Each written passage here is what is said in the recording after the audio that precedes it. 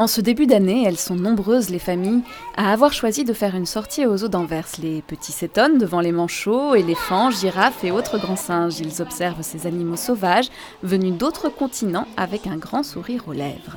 J'aime bien venir dans les zoos, on peut voir des animaux qu'on ne voit pas.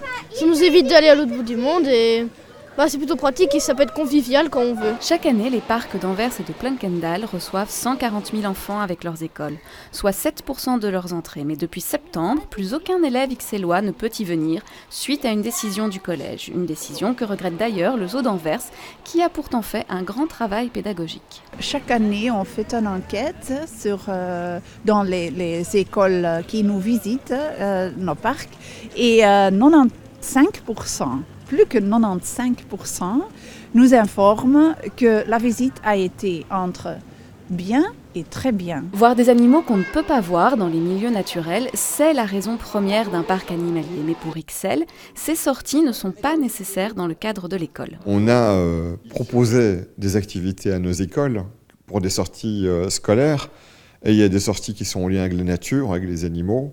Il y a des fermes pédagogiques, il y a plein de parcs naturels en Belgique, en Wallonie, en Flandre, à Bruxelles. On a des activités culturelles dans les musées, dans les propositions que nous avons faites. Nous n'avons pas fait de propositions sur des zoos, des endroits où on enferme des animaux sauvages. Voilà, pour être cohérent aussi par rapport à des engagements qu'on prend sur le bien-être animal. Mais on n'interdit pas, il fait juste qu'on ne propose pas ce genre d'activité. À la place, cela sera une sensibilisation à la nature, en se rendant dans des fermes pédagogiques ou en observant les oiseaux de chez nous. Pour les vautours, cela se fera durant le temps libre et en famille.